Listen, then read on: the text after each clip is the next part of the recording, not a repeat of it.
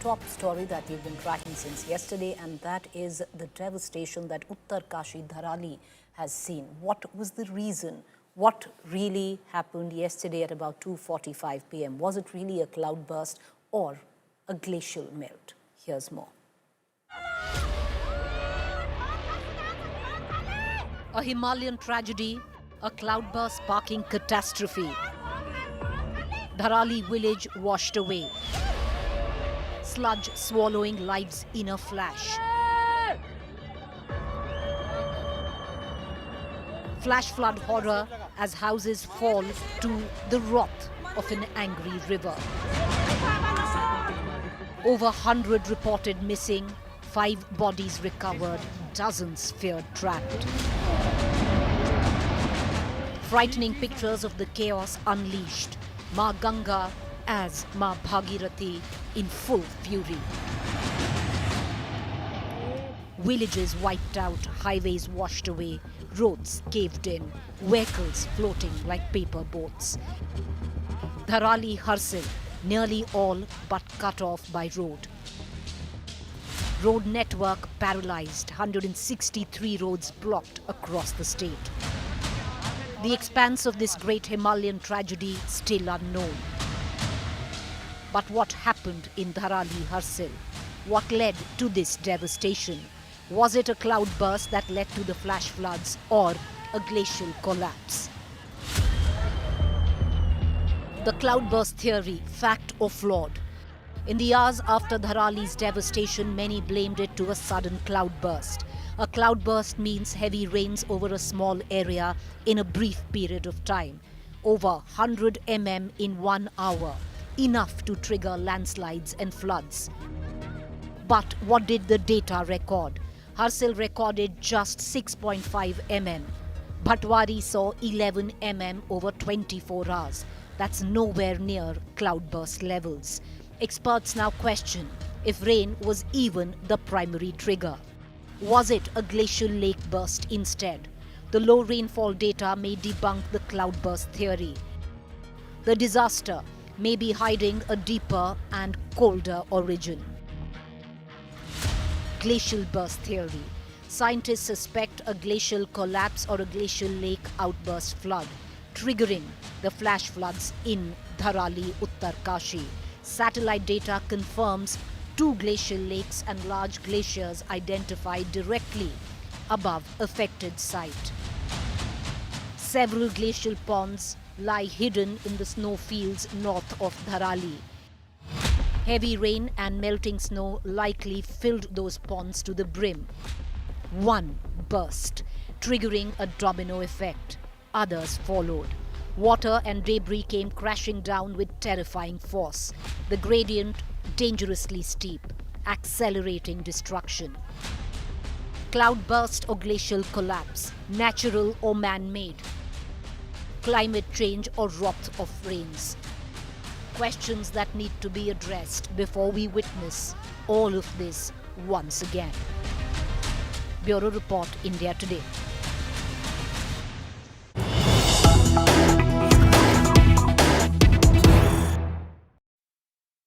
All right, quickly dipping into news break that is coming in. The Indian Army has now launched a swift and coordinated humanitarian assistance and disaster relief operation in the wake of the devastating cloudburst, which is questionable right now, viewers, because most experts have debunked the cloudburst theory. The region is currently cut off from both north and south due to multiple road breaches, landslides and collapsed bridges. Over 225 army personnel, including infantry engineering teams, are on ground for search, rescue and relief tasks. 7 teams are operating with Recce radar near Tekla. Search and rescue dogs are deployed at Harsil, more en route from Remount and veterinary centres. But once again, the biggest problem is that Harsil and Dharali is completely cut off from both sides where it comes down to access. So on foot, teams have been able to reach there. The aerial route is open. You've got some men, some machinery that has been, brought in through the aerial route, through helicopters, but large pieces of machinery, gas cutters, all of that yet to reach the site. Therefore, till now, we have limited knowledge what is really the expanse of this particular tragedy. I want to cut across to my colleague Anjali Ishtwal, who's joining us live from Maneri, Uttarakhand. Ankit Sharma also joining us live from Dehradun. I want to cut across to Anjali first. Anjali, very close right now to where this tragedy took place. Anjali, what more can you add? The area completely cut off for the last 24 hours. You're trying to access it. How close are you, and what are you picking up from the locals that you're speaking to around you? What is this expanse of the tragedy? Right, Preeti, as darkness is descending, we decided to retreat back. We were just 51 kilometers short from ground zero where the incident happened. And because it is an area which is not very heavily populated, it is the area that we were at, it's called Bhatwadi. It is a village that was what we were calling the last motorable point. After that, there were cave-ins of roads. The National Highway 34 had completely given away at 2 points. At one point, there was a 60-meter cave-in, and then there was a 100-meter cave-in just a kilometer down the road. So obviously, there was no way we could have gone further. But at that point of time, we realized that the SDRF and the NDRF teams, they had walked past it and they had tried to reach the location on foot. But the good thing is, as you mentioned, that the aerial route had opened up. So there were continuous sorties also of the helicopters that we could hear all the time while we were standing over there. The people over there, the locals, as you asked, I spoke to some of them. They knew about the deluge, what should we call it? We can't call it a cloudburst as you mentioned it. It was death basically that came down the mountains in form of mud, water and sludge and engulfed an entire village. Well, they knew about it and they said that the roads were open for a while, but then the Bhagirathi, the river that comes down towards Uttarkashi, it was so violent at that point of time. It had so much rubble, so much water and velocity in it that it came and crashed into the walls over there at Bhatwadi. And that's where the cave-ins started. And after that, that area became inaccessible. All right, Anjali, appreciate you joining us. I want to quickly get to Ankit. Ankit, right now, the fatalities stand exactly what they were yesterday. We just have one more confirmed, unfortunately, of death, which is 5, but scores, hundreds still missing. The reason, Ankit, is because help has just about gotten to Harsil only this afternoon through the aerial route. So it will take another 24 hours to know what is the real damage. Yes, absolutely. 24 hours, more than 24 hours passed, and yet the situation is still grim and a lot of manpower is being mobilized, but they are on hold to some extent because of the adverse weather conditions in Uttarkashi and ahead in Dharali as well. Now, it's one of the very rare terrains and harsh terrains, I would say. And we spoke to 2 scientists who also say that if it is not the cloudburst, then there could have been either a lake breach or there was some water which was accumulated in the mountains, and due to some extent force of pressure, the moraine, which is the lower part of an avalanche, which is settled in a solid form, had burst out, and the rubble along with water came down heavily to completely devastate the Dharali village and the surroundings. Now it has created an alluvial fan, which is like a fan-like shape if you focus over the geography at the moment. And before-after picture shows that there is a fan-like shape that has been created, a shell-like shape, and completely gone away. There were houses, there were lives. So many people were living over there. How many missing, Ankit, before we get into our experts? How many missing right now? Do we have an official figure on that? Well, talking about the official figure, there is search for, according to Uttarakhand Disaster Management Authority, they say that they are looking for, at the moment they have a list of 15 people. However, our sources say that there are more than 50 people who are missing. Yes, and that is why the forces have been mobilized. There are Chinook, there are My-17s, and UCADA has also been undertaking sorties. We'll difficulties keep a were keen eye on all of undertaken. that. Ankit and Anjali, thank you for joining us. Be safe. We'll keep coming back to the both of you. I want to quickly cut across to our experts because they were the theory that was making the round that this was a cloudburst that led to flash floods which completely consumed Dharali village. Well, it doesn't seem like that. What it is now seemingly suggests was a glacial melt or a lake burst, which I would reckon is way more alarming than what could have been the reason where a cloud burst is concerned. Joining us, Dr. Anjal Prakash, expert on the Hindu Kush Himalayas water system, Vimlendu Jha, environmentalist activist, M. Shashidhar Reddy, former Vice Chairperson, National Disaster Management. I would like to begin with Dr. Prakash. Dr. Prakash, would you throw some light, because this was something we were discussing yesterday, because if you look at it right now in terms of the rainfall at that point of time, it doesn't seem to suggest enough to create a cloudburst-like situation. What we're actually looking like now, which could be way more worrisome, is the fact that it could be a glacial melt or a lake burst, sir. So much. And actually, yesterday in the program, I have raised this question, though the media reports at that time were saying cloudburst, and I told them that it looks like a glacial avalanche for me from the images that I've seen.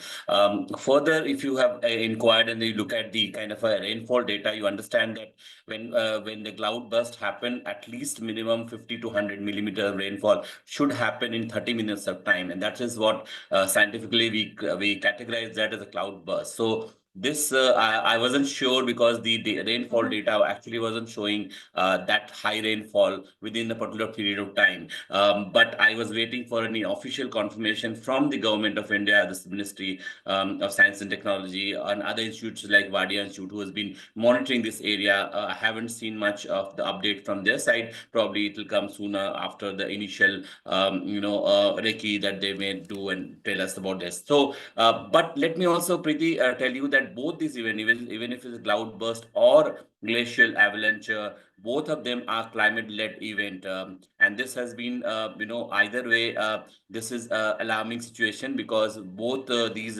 situations are actually going to be increasing, as we know from the IPCC reports as we see. Vimlendu Jha, would you want to come in on this theory now that definitely not a cloud burst, and how worrisome would you think a glacial melt scenario which led to possibly smaller lakes bursting?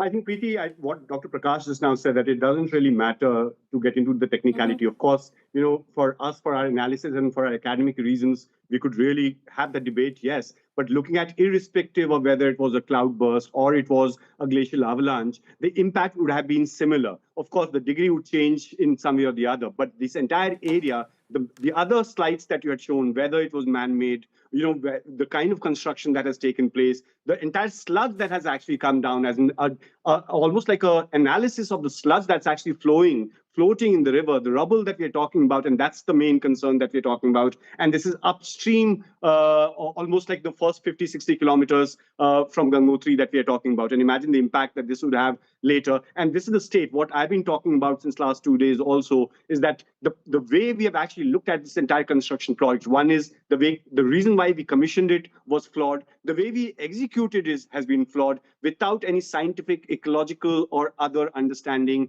There's no engineering marvel. We have only sliced the mountain without even understanding the geology of the place. Imagine, everyone wants roads to be there. We want mobility, but mobility does not mean 12 meters of mobility in a geologically sensitive zone. Mobility does not mean slicing the Himalayas more than 45 degrees when, the Chopra committee report that was actually commissioned by the Supreme Court itself said that, there are several river bodies, rivulets, not just Ganga and Yamuna that we talk about in Uttarakhand. Uttarakhand has more than 2 dozen, 3 dozen small rivers as tributaries, and all of them have actually been blocked. And in this construction process, and that data that I had also put forward in my tweet, almost 20 million tons of excavated soil has actually been dumped in the river. So when you actually have these choke points created, and therefore a lot of these lake-like formations, and therefore any form of rain, be it a flash flood or a cloudburst, a lot of that creates almost like a mini dam or a micro dam kind of a condition.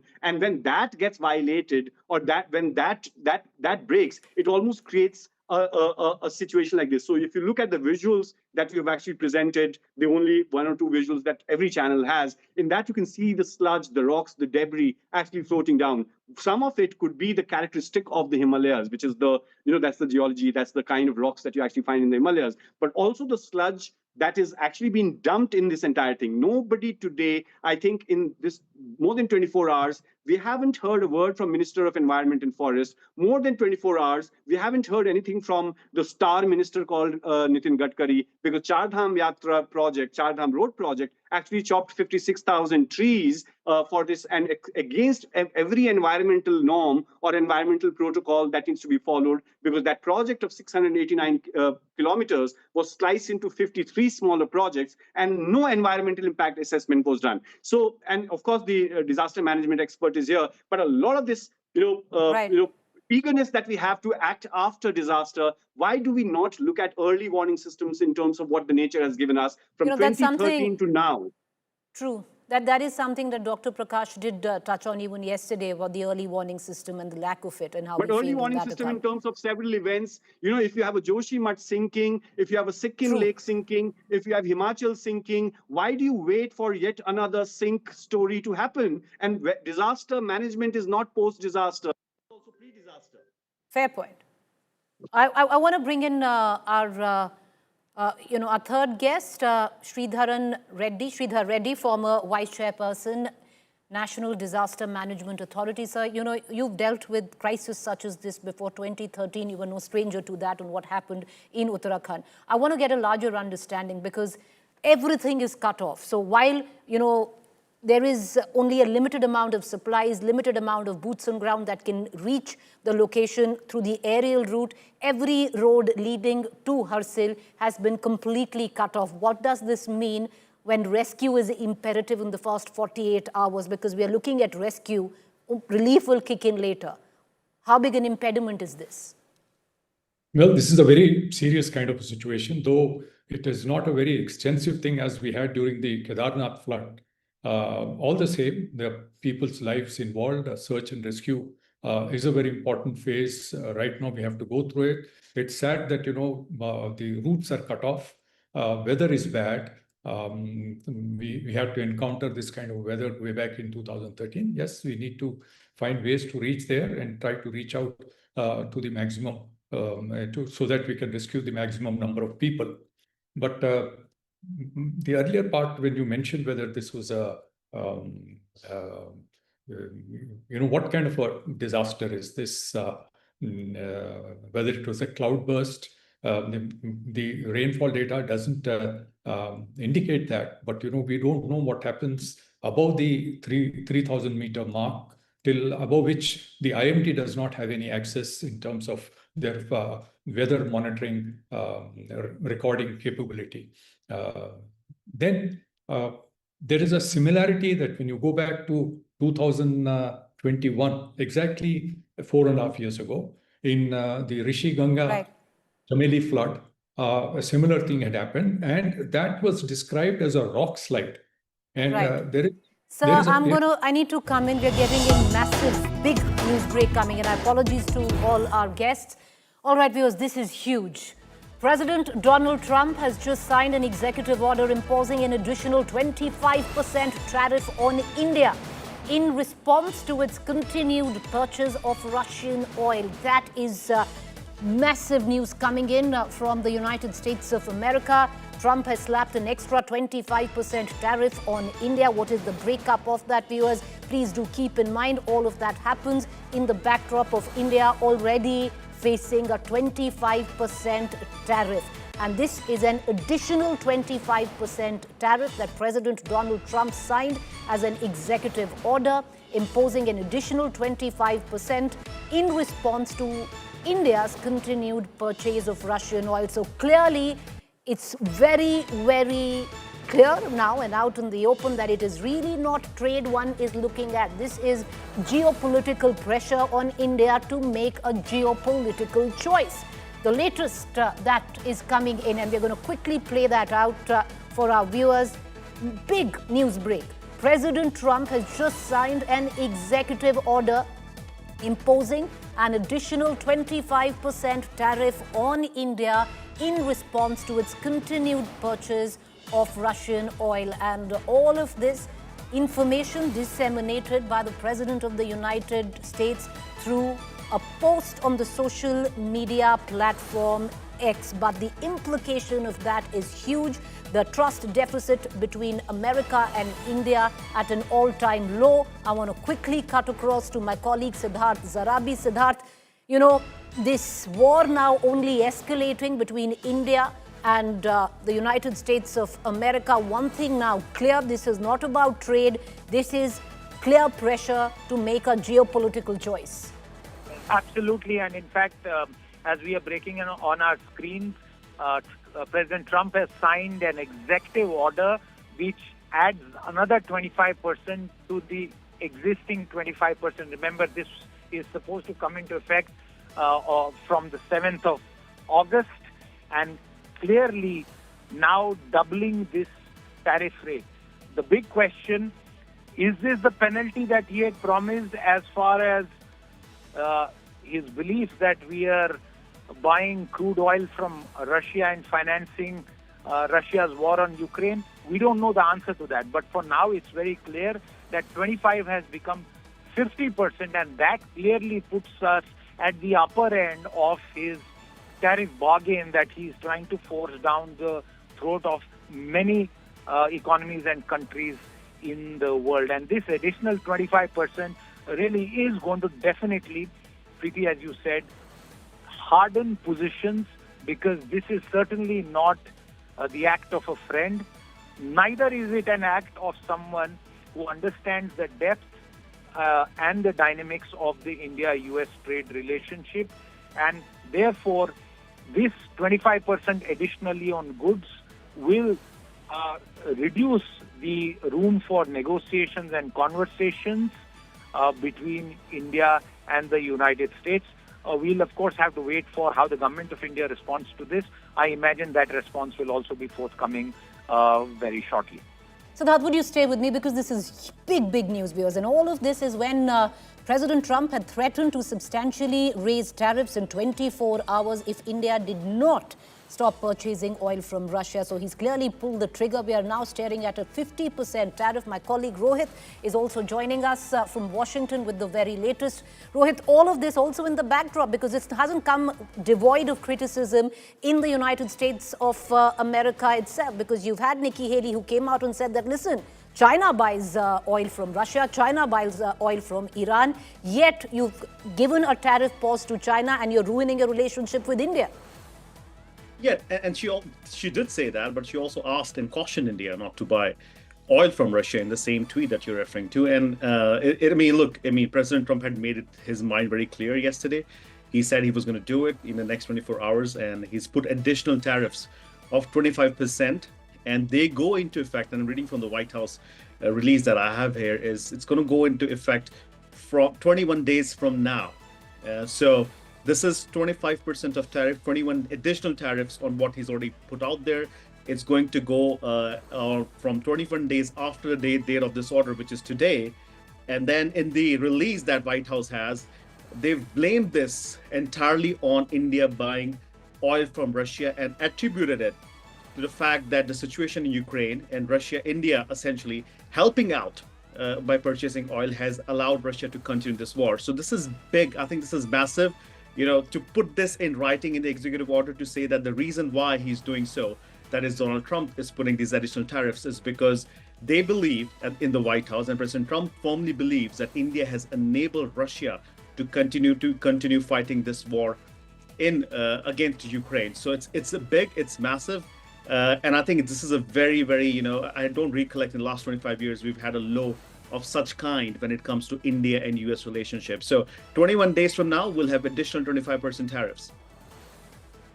I want to quickly cut across to my colleague Karishma Sudhani, who's also joining us. What really does it mean for India? Because viewers, it just also now narrows the scope of retrieval of talks where it comes down between India and the United States of America. But Karishma, I want you to come in. How much could India now stand to lose if this tariff actually kicks in, which is 50%, 21 days from now? Preeti, we need to understand that a 50% tariff on us is going to be very difficult, and India's trade ministry will have to now look into this specifically. The fact that comes as a big surprise to us. We also need to understand if the pharmaceutical aspect is going to be included in this or not. We were looking if we have the appetite to include already the 25%. Couple of economic reports that have come out recently also spoke of how our total exports on a global scale would be impacted by close to about 1.8%, but with a 50% tariff, it's going to really push us down on the ladder. Really pushes down on the ladder. What will be India's response? We're going to be, it's going to be coming in quick and fast, because this is huge. Where it comes down to a trust deficit, does it come down to relationship with the United States of America? I would reckon in the recent times, because this is an all-time low.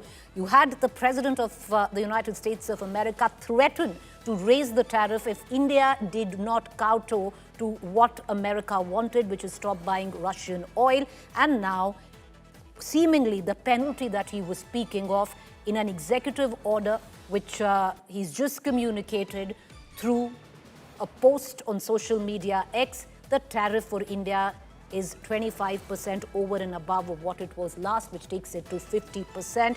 It will come into force 21 days from now, is what the United States of America, the president, says. I want to bring in our Foreign Affairs editor, Geeta Mohan, who's joining us right now. Geeta, what does this mean? India, of course, will be coming out with a quick diplomatic response. Did we think this would happen? Because he had practically threatened it yesterday, suggesting that if we don't do with what America says, he's going to substantially raise the tariff.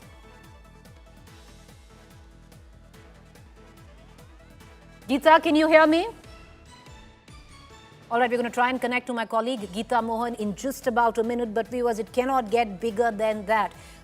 Moreover, the relationship between India and America cannot get worse than what it is right now. The latest executive order signed by the President of the United States of America has slapped India with a 50% tariff now. 25 earlier, 25 now. All of this with what President of America says in response to its continued purchase of Russian oil. I want to bring in Rohit back into this conversation, because Rohit, ultimately this is no longer about trade. This is very clear, pushing India to make a geopolitical choice. Thing that the executive order has in it, written in it, and I'm just looking at it right now.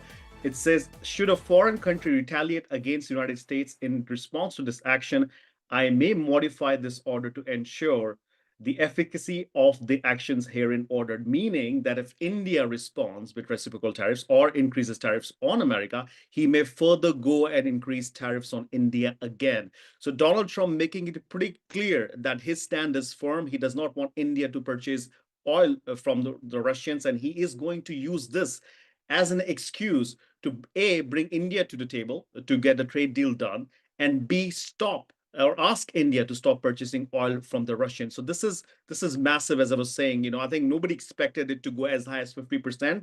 It is going to create a big impact.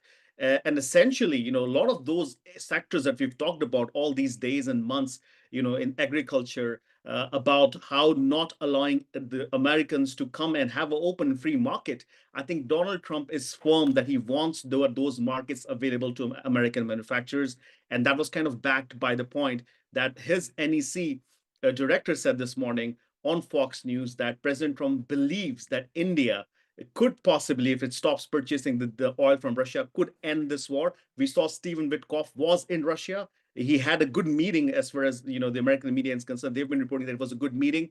A lot of people were hoping that it is possible that if the Russians have agreed to some kind of template to achieving a ceasefire, Donald Trump may excuse India, but it doesn't seem so. I think he's come out and laid this order that clearly tells us that it's 21 days from now, there will be additional 25% tariffs on India. And if India were to retaliate, he can increase the tariffs again. Preeti. Rohit, all of this in the backdrop of India's argument, which practically underlines the hypocrisy of America because it continues to purchase fertilizers and uranium where it comes down to Russia. It has a 90-day tariff pause on China, which is one of the biggest buyers where Russia is concerned. So how does it all match up? Well, Preeti, that is America for all of us, right? I mean, Americans have always had double standards for things they do versus things they want other people to do. It could be, taking unilateral action against a foreign country if they wanted to. I mean, remember way back when George W. Bush decided to invade Iraq, my bad. Russia, came to the UN and said it's not right. But look what they did. They said they can do it, and they went ahead and did it. So I think all US presidents have been culprit of having double standards to suit their policy, to suit their foreign agenda. And I don't think President Trump is any different. The only factor is, like with other countries that President Trump has negotiated, he has not put a geopolitical issue at the center of of that trade deal. But with India, I think this purchase of Russian oil is irking him into the point that he's ready to take this to war. Well, stay on with me, Rohit, because, that's 100% correct. This is not trade anymore, viewers. This is blackmail. This is bullying, where you're trying to push India to make a geopolitical choice. 50% tariff is what America has slapped India with, which will be in effect in 21 days from now. What it would mean for India could be devastating, but what would be India's response? Because India has refused to kowtow or bow down to the whimsical demands of the United States of America, especially when it comes down to making that geopolitical choice that America is pushing India to. All of that in the backdrop, viewers, of the sheer fact that America continues to buy from Russia where fertilizers, uranium is concerned, or that there is a 90-day tariff pause on China, and China is one of the biggest buyers where Russia and Iranian oil is concerned. So look at the hypocrisy there. I want to cut across to Brahma Chalani, strategic affairs expert, who's joining me for more on this. Mr. Chalani, I'm sure you expected this because you can expect anything from President Trump now. It's interesting that he has targeted the three democracies in the global south that are all independent powers: Brazil, India, and South Africa. He's gone after them, and that really shows that the old approach in US foreign policy, with us or against us, that is back at the center of American diplomacy. But more broadly, by weaponizing tariffs, Trump is reshaping America's sanctions strategy. He's now fashioning a new sanctions tool. Tariffs have become the new sanctions, the sanctions of choice. So, for example, when he imposes secondary tariffs on India, he's imposing sanctions on India. And I think the irony is that that in the past, when he was serving the first term, he imposed sanctions on Iran and thereby deprived India of cheaper Iranian oil.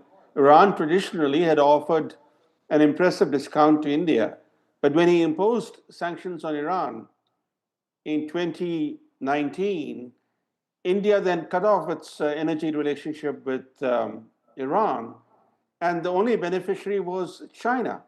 China became almost the exclusive buyer of Iranian oil and has remained so for the last 6 years. And Iranian oil today remains the cheapest oil on the world market because it sells at a steep discount to the Brent benchmark. So in other words, Trump hurt India's competitiveness while actually enabling China to accumulate greater economic and military power. That is a short-sighted approach. Now he has turned to India's discounted Russian oil purchases, while the West actually contributes more to Russia's coffers than India does, because the Western trade with Russia far exceeds India's total trade with Russia. So when he talks about India funding Russia's war machine, ironically, it's the West that is funding Russia's war machine in a major way. And now by seeking to target India's Russian oil purchases, what is he seeking to do? He is seeking to make India America's primary energy client. He wants India to ditch Russian oil in favor of higher priced American oil. The US is already a major and growing exporter of energy products to India, but is not satisfied with that. He wants India to actually become the number one Mr. importer Chilani, of American energy the products. fact is usually you stare down a bully. The defiance that India has shown has only led the bully to escalate. Where do you think India should stand now? Because any minute we're going to be expecting a response there. And I'm going to quickly bring in Geeta Mohan. I think we finally have her, but Mr. Chilani, go first, sir. I think dealing with a bull in the China house, in the China shop is always a challenge for any nation. It's even a bigger challenge for a country like India that traditionally has been risk averse. India's traditional diplomacy has been very cautious, and therefore dealing with this guy, with an approach that is so brazen and so upfront, is a challenge for Indian diplomacy. But India has to stay composed and has to respond in a measured manner, and yet its response has to be such that Washington should get a message that India will not take it lying down. That message clearly is not being delivered, Geeta, because whatever has been India's reference points in diplomacy have been completely upended. Where do you see things stand now? Because at least in the last 30 years, this has been an all-time low. Well, this is an absolute low between India and the United States of America. There have been times where we've seen US not participate or support India on many counts, but this certainly is another level of dipping in ties between India and the United States of America. We over here have the entire executive order that has just been put out by the White House, and it does say that this is additional 25% tariff. That's the penalty that Donald Trump was talking about in response to continued purchase of Russian oil. And they go into the background very interestingly over here. The president talks about how he's got additional information from various senior officials on what Russia has been doing and the situation in Ukraine, which, might I add, was not known to White House in the past. But he suddenly has realized that there's a lot of wrong that Russia suddenly has done, and therefore countries that are dealing with Russia have to be penalized. And India, being one important partner of Russia, is being penalized for that. 50% is huge. India will have to calibrate its response. India already put out a statement saying that while the United States of America wants it to stop buying Russian oil, that the U.S. continues to purchase uranium from and fertilizers from the United States of America. Over here, a very important part also is the fact that there is an exemption that has been offered to things that U.S. wants. So it does say that the executive order shall be imposed and applied to barring those that are eligible for admission under domestic status. Now we'll have to look at what are the products that America is exempting from this 50% tariff. But for now, this is going to be huge. It's going to shake the markets, but it's also going to shake American consumers, not today, but certainly in some time to come, when they feel the pinch of increased prices because of increased tariffs. Having said that, it's all about Preeti, who blinks first right now.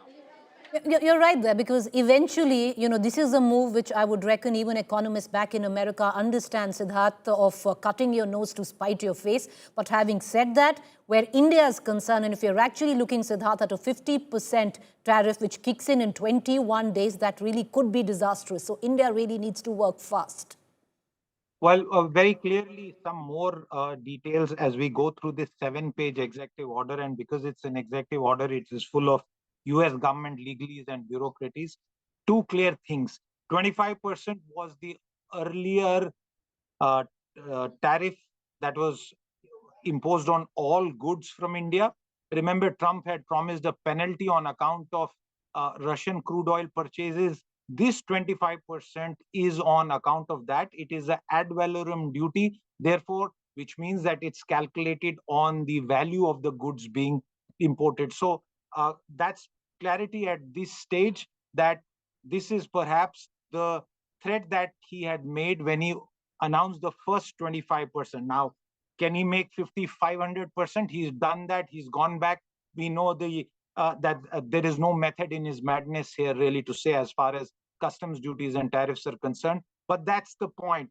The key headline at this stage from the executive order is the Russia crude purchases have now led the United States to impose a cost of 25% in addition to whatever else was already being paid. So the Russia threat that he had made has been delivered upon.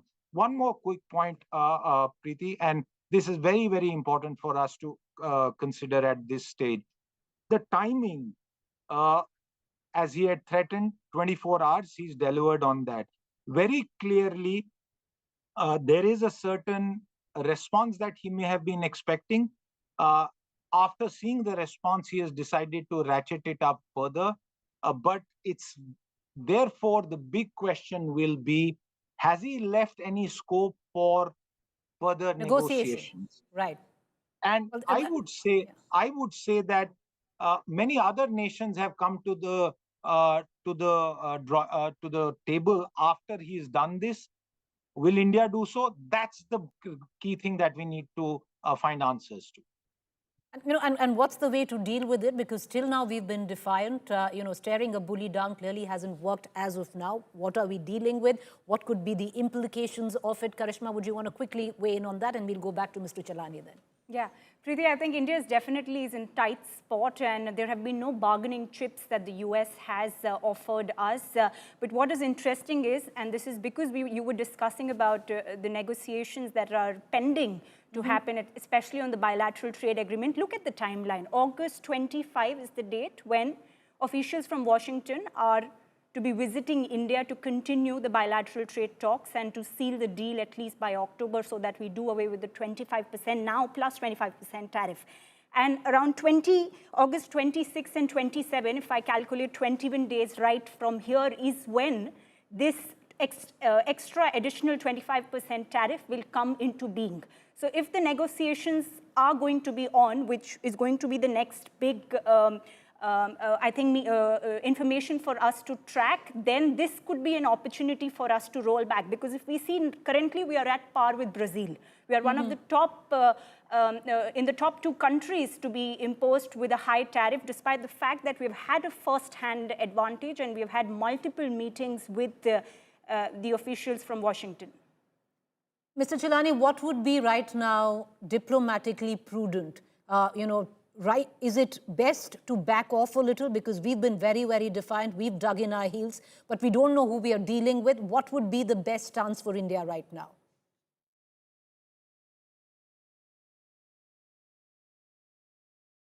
Sir, you're on mute. Unmute yourself. Mr. Chalani, you're on mute. Yes, Yeah. yes, sorry Go ahead, about that. Yeah. He has singled out India. The executive order that has been issued by the White House makes no mention of China, which is the primary buyer of Russian energy products. EU and Turkey are also significant buyers of Russian energy products. But it's India that has been singled out in that White House order. And that is quite telling. And simultaneously, and this is the other breaking news that's coming out from Washington, that Trump is planning to announce this afternoon that Apple is pledging $100 billion more investment in the US so as to ramp up domestic production of iPhones. Right now, as you know, the majority of iPhones sold in the US are made in India. So he is seeking to wean Apple iPhone production from India to the US. That's another threat to India. The whole purpose of the Quad was to diversify supply chains. It was designed to make supply chains more not only diversified but more sustainable, more more diversified in the sense that taking production away from China to countries that are major democracies, and India was seen as the right place to promote manufacturing, to take manufacturing away from China. And here, Trump is pursuing a policy to take manufacturing from India to the US. So that's another threat that he has opened against India.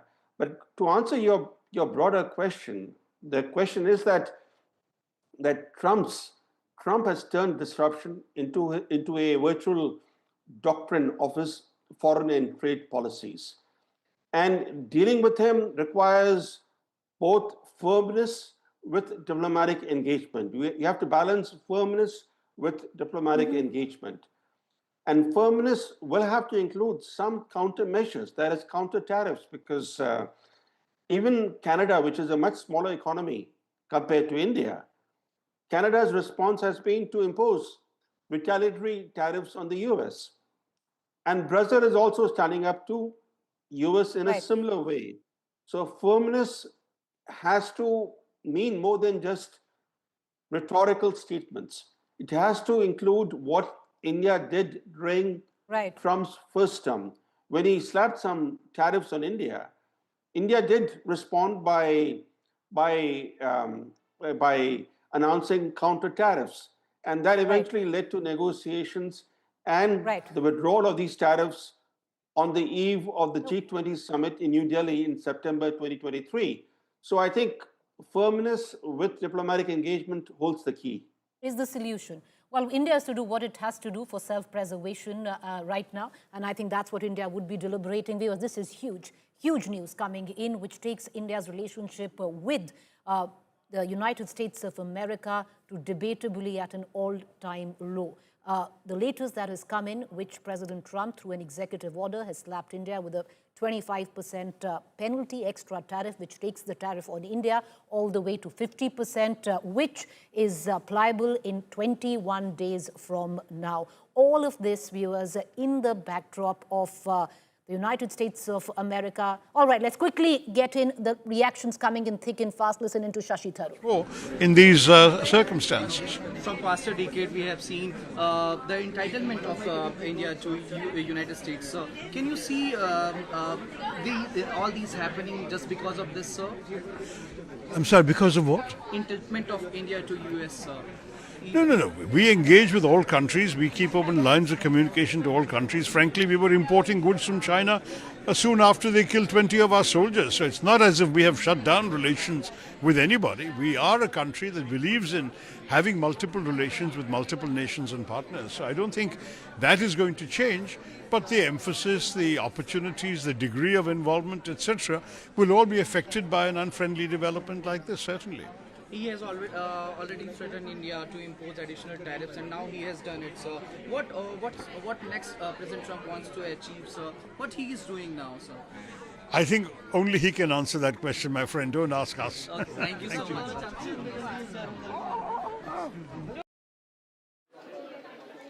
Well, that was Shashi Tharoor explaining what India's position has been, that of strategic autonomy, very clearly saying that India has always had ties with countries, including China, even at the zenith of or the nadir of ties between India and China.